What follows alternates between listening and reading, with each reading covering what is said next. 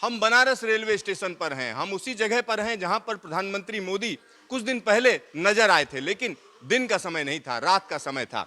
आज हम दिन में हैं और दिन की रोशनी में देख रहे हैं कि किस तरीके से बनारस रेलवे स्टेशन को डेवलप किया गया है। और इस पर बातचीत करने के लिए हमारे साथ एडीजी पीआईबी हैं राजीव जैन जी, आइए उनसे बात करते हैं। सर, आपका न्यूज स्टेशन में स्वागत है।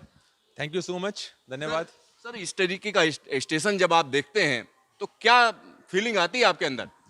देखिए, जैसे कि आपने अभी कहा कि पीएम साहब यहाँ पे आए थे और इतना साफ सुथरा और भव्य एक तरह का जो स्टेशन है, अल्टीमेटली हम सबका उद्देश्य क्या है कि एक हमारा देश ना सिर्फ प्रगति की राह पर बढ़े, बल्कि लोगों के लिए ease of living, ease of comfort, वो सब चीज़ें हों हर जगह। तो ये रेलवे स्टेशन एक तरह का उस तरह का उदाहरण है कि यहाँ पर फैसिलिटीज़ रेलवे के जो लोग हमारे पैसेंजर्स हैं उनके लिए भी, और जो लोग यहाँ पे आवाजाही जिन लोगों की होती है उन सभी के लिए एक साफ सुथरा स्टेशन हो, पैसेंजर कंफर्ट बने। आप देख सकते हैं यहाँ पे कि लाउंज कितनी बढ़िया यहाँ लाउंज यहाँ बनी हुई है। यहाँ पर रेलवे की केटरिंग देखिए आप, कितनी अच्छी केटरिंग है, डिस्पोजेबल उसमें सामान में है। और साफ सफाई करना हमारे एक स्वभाव का हिस्सा बन जाए, यही हम सबकी सोच है। और इसी तरह से हम लोग अग्रसर भी हैं कि हमारे रेलवे स्टेशन इसी तरह से बढ़िया बढ़िया बने। सर, अगर हम बात करें, यहाँ पर पीछे वीआईपी लाउंज भी है, उसको दिखाएं। तो हम अपने कैमरामैन से बोलेंगे कि वीआईपी लाउंज को दिखाइए। सर के साथ चलकर देखते हैं कि किस तरीके की वीआईपी लाउंज है। अगर हम यहाँ स्टेशन की बात करें तो रेल यात्रियों के लिए अलग अलग वेटिंग लाउंज बनाई गई हैं, और यहाँ पर वीआईपी लाउंज है जिसको हम आपको दिखा रहे हैं कि किस तरीके की वीआईपी लाउंज है। और अंदर ही जैसे ही आप आते हैं आपको एक अलग तरीके का फील आता है। सर, किस तरीके से इसको खास बोलेंगे? नहीं, खास देखिए उस तरह का मतलब उद्देश्य क्या है, उद्देश्य ये है कि हर तरह की हर नागरिक के लिए संभव फैसिलिटी जो होनी चाहिए वो सब हो। और एक तरह का लाइट हाउस इफेक्ट भी एक है, यहाँ पे जो भी अच्छी तरह से संभव हो सकता था हम लोगों ने किया यहाँ पर।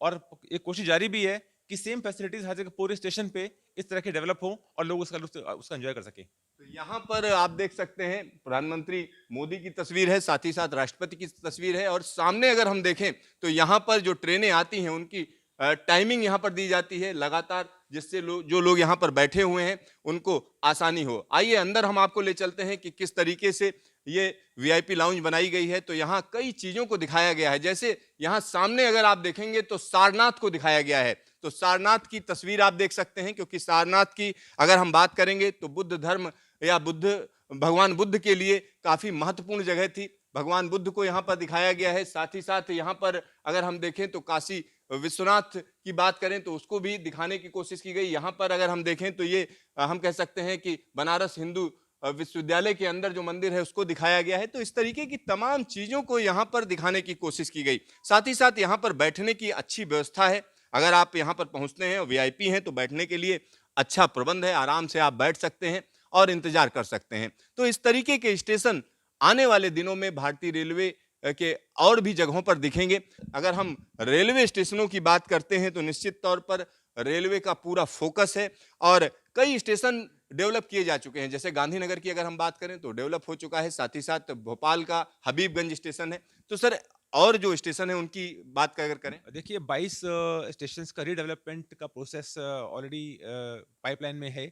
और जिस तरह अभी आपने कहा कि भोपाल का कमलापति रेलवे स्टेशन और बनारस का, ये सभी स्टेशंस का इस तरह का विकास और यहाँ पर फैसिलिटीज़ का मुहैया कराना इस बात का प्रतीक है कि हमारी सोच एक बहुत साफ है और एक प्रगति की पथ पर अग्रसर हैं कि हर तरह से रेलवे स्टेशंस में पैसेंजर कंफर्ट मिलना चाहिए लोगों को। अल्टीमेटली यही हमारा उद्देश्य है। पैसेंजर कंफर्ट की यहाँ पर बात हो रही है। ये तो वीआईपी लाउंज है, हम आगे भी दिखाते हैं और सर के साथ चलकर दिखाते हैं कि किस तरीके से और सुविधाएं हैं रेलवे स्टेशन पर। तो इस रेलवे स्टेशन की अगर हम बात करें तो 2014 के बाद इसमें 118 करोड़ रुपए का विकास किया गया है। 118 करोड़ रुपए के यहाँ पर प्लान सैंक्शन हुए और उन पर काम किया गया। तो इस समय जो आप स्टेशन देख रहे हैं वो एक खास तरीके का स्टेशन है। अगर सीढ़ियों को अगर हम देखें तो सीढ़ियों में एक अलग तरीके का इफेक्ट दिया गया है।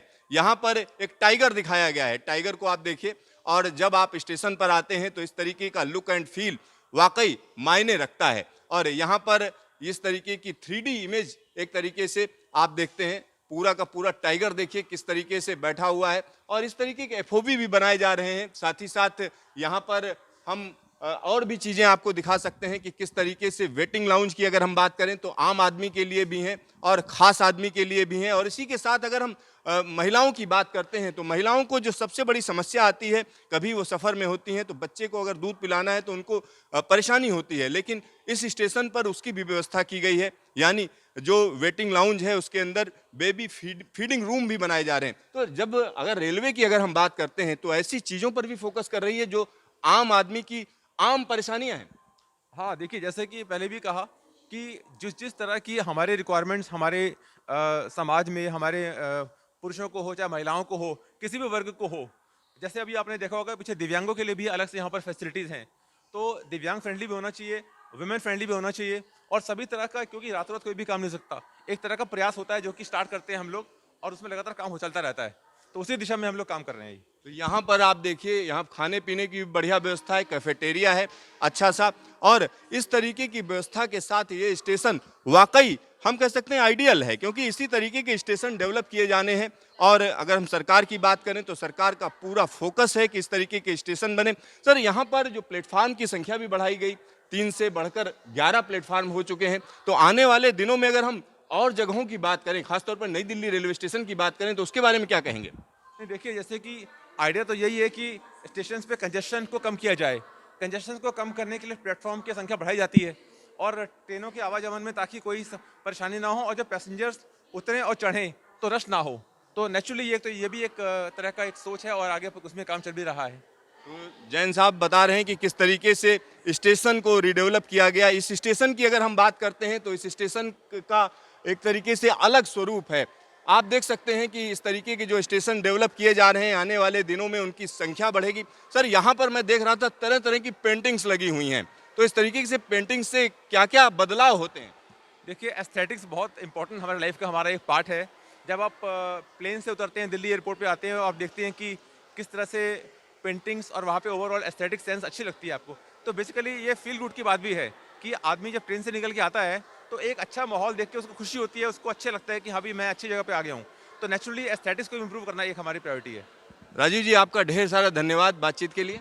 थैंक यू सो मच, आपको भी थैंक तो यू। यहाँ पर आप देख सकते हैं ये स्टेशन निराला है। निराला इसलिए है क्योंकि यहाँ पर वो तमाम सुविधाएं दी गई हैं जिनकी ज़रूरत होती है, और भारतीय रेलवे की कोशिश है इसी तरीके के स्टेशन डेवलप किए जाएं। और यहाँ एक बार फिर हम आपको दिखाना चाह रहे हैं कि किस तरीके से अगर बाहर नज़र डालेंगे तो नज़र आपकी जमी रहेगी, यानी आप देखना ही चाहेंगे कि किस तरीके से ये स्टेशन डेवलप किया गया है। और अगर हम पहले की बात करें तो इस स्टेशन का नाम मड़ुआडीह हुआ करता था, उसके बाद इसका नाम बनारस रेलवे स्टेशन कर दिया गया। चूंकि प्रधानमंत्री की कंस्टिट्यूंसी है या संसदीय क्षेत्र है, तो यहाँ पर लगातार फोकस रहता है कि इस स्टेशन की जो तमाम सुविधाएं हैं उनको किस तरीके से बढ़ाया जाए। कैमरामैन DK शर्मा के साथ सिद्धार्थ, न्यूज स्टेशन बनारस।